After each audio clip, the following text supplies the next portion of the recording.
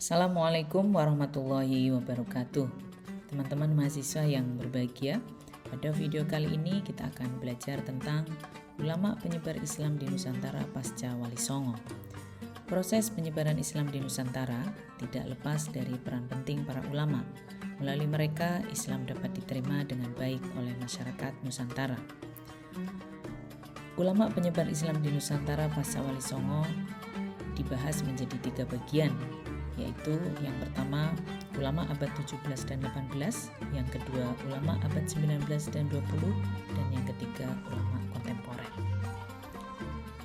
Ulama penyebar Islam di Nusantara yang masuk kategori ulama abad 17 dan 18, beberapa yang terkenal diantaranya adalah Syekh Nuruddin Araniri, Syekh Abdurrahman Asingkili, Syekh Yusuf Al-Makassari, dan Syekh Abdus Somad Al-Kalimbani. Syekh Nuruddin Araniri lahir pada akhir abad ke-16. Beliau belajar di tanah kelahirannya yang kemudian dilanjutkan ke berbagai negara pusat studi Islam seperti Arab Selatan, Tarim, dan Hadramaut.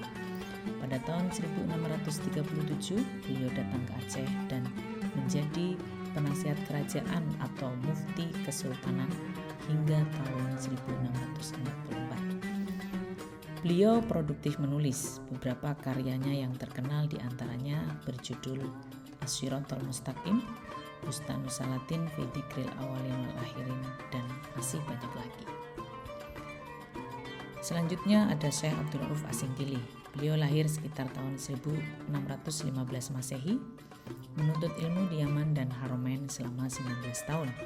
Setelah pulang ke Aceh, beliau menjadi mufti kerajaan dan beliau merupakan ulama produktif yang menulis berbagai kitab dalam bidang fikih, tafsir, hadis, dan kalam.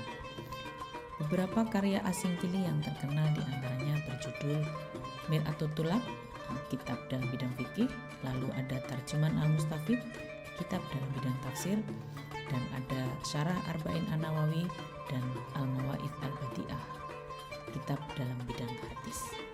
Selanjutnya ada Syekh Yusuf Al-Makassari. Beliau lahir pada tahun 1626. Beliau mendapat julukan Tuan Tasalam Makkah, yang berarti Tuan kita yang selamat dan dapat berkah. Beliau merupakan ulama sufi yang berpengetahuan luas, negarawan yang berpengaruh di masanya, dan panglima perang tertinggi yang paling ditakuti. Kitab-kitab yang ditulis oleh Syekh Yusuf sebagian besar dalam bidang tasawuf dan tarekat. Yang terkenal diantaranya berjudul Zubdatul Asror, lalu Tajul Asror, dan Mathalibus Salikin. Selanjutnya ada Syekh Abdus Somad Al-Kalimbani. Beliau lahir pada tahun 1704. Beliau adalah ulama ahli tasawuf yang cukup produktif. Karya-karyanya yang terkenal diantaranya kitab yang berjudul Hidayatus Salikin dan Sairus Salikin. Ulama penyebar Islam di Nusantara yang masuk kategori ulama abad 19 hingga abad 20, beberapa yang terkenal diantaranya ada Syekh Ahmad Khatib Minangkabau, Syekh Nawawi Al-Bantani, Syekh Mahfud At-Tarmasi, Kiai Haji Ahmad Dahlan, dan Kiai Haji Hasyim Asy'ari. Syekh Ahmad Khatib Minangkabau merupakan ulama Indonesia pertama yang menjadi imam di Masjidil Haram. Beliau ahli dalam bidang fikih serta ilmu hitung dan hisab. Beberapa karyanya yang cukup terkenal diantaranya berjudul Rawdatul Musab fi A'malil Hisab, lalu ada Da'us Siraj fi Kafiyatil Mi'raj, dan ada Fathul Jundi fi Basmatul Tafsir.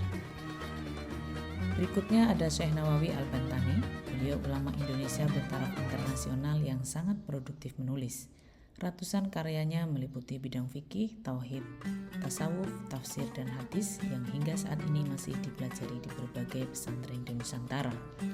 Beberapa kitabnya yang terkenal diantaranya ada Kasifatus Syajah, lalu Bahjatul Wasail, Fathul Majid, Tijanud Daruri, dan lain sebagainya. Selanjutnya ada Syekh Mahfud At-Tarmasi.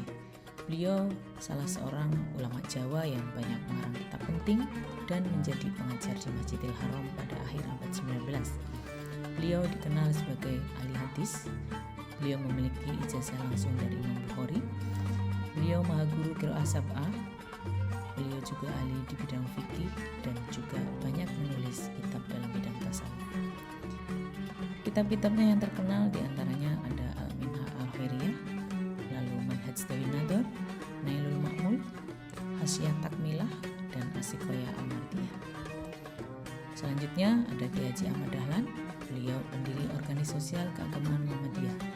Gagasannya tentang pembaruan Islam disampaikan melalui tabligh ke berbagai kota di Indonesia, dan banyak ulama yang menerima kehadiran Muhammadiyah. Lalu ada Kiai Haji Hasyim Asy'ari. Beliau pendiri Nahdlatul Ulama. Beliau mendirikan pesantren dan menulis berbagai kitab. Yang terkenal diantaranya ada Risalah Ahlussunnah wal Jamaah, Muqaddimah Qanun Asasi li Jami'ah Nahdlatul Ulama, lalu ada kitab Adabul Alim wa Muta'alim. Ulama penyebar Islam di Nusantara yang masuk kategori ulama kontemporer diantaranya ada Nurholis Majid dan ada Kiai Haji Abdurrahman Wahid. Nurholis Majid merupakan salah satu tokoh pembaru Islam di Nusantara. Beliau dikenal sebagai bapak pluralisme yang mengakomodir keberagamaan atau kebinekaan keyakinan di Indonesia. Bersama sejumlah tokoh, beliau mendirikan Yayasan Para Madinah, sebuah lembaga kajian untuk mewujudkan masyarakat yang berperadaban. Lalu ada Kiai Haji Abdurrahman Wahid yang biasa disapa dengan Gus Dur. Beliau sosok ulama dan intelektual yang dikenal sebagai pejuang kemanusiaan dan pemimpin yang mencintai keberagamaan dalam bingkai negara Pancasila. Gus Dur terpilih sebagai Presiden RI yang keempat, meninggalkan jejak yang signifikan dalam upaya menjaga toleransi antar umat beragama, mengedepankan HAM, dan menjaga nilai-nilai demokrasi. Gus Dur merupakan salah satu tokoh inspiratif dalam sejarah modern Indonesia. Demikianlah ulama penyebar Islam di Nusantara pasca Wali Songo. Pemikiran dan pengaruh mereka tersebar luas bukan hanya di wilayah Nusantara saja, melainkan ke berbagai wilayah dunia Islam lainnya. Sampai jumpa di video berikutnya. Jangan lupa like, comment, share, and subscribe. Wassalamualaikum warahmatullahi wabarakatuh.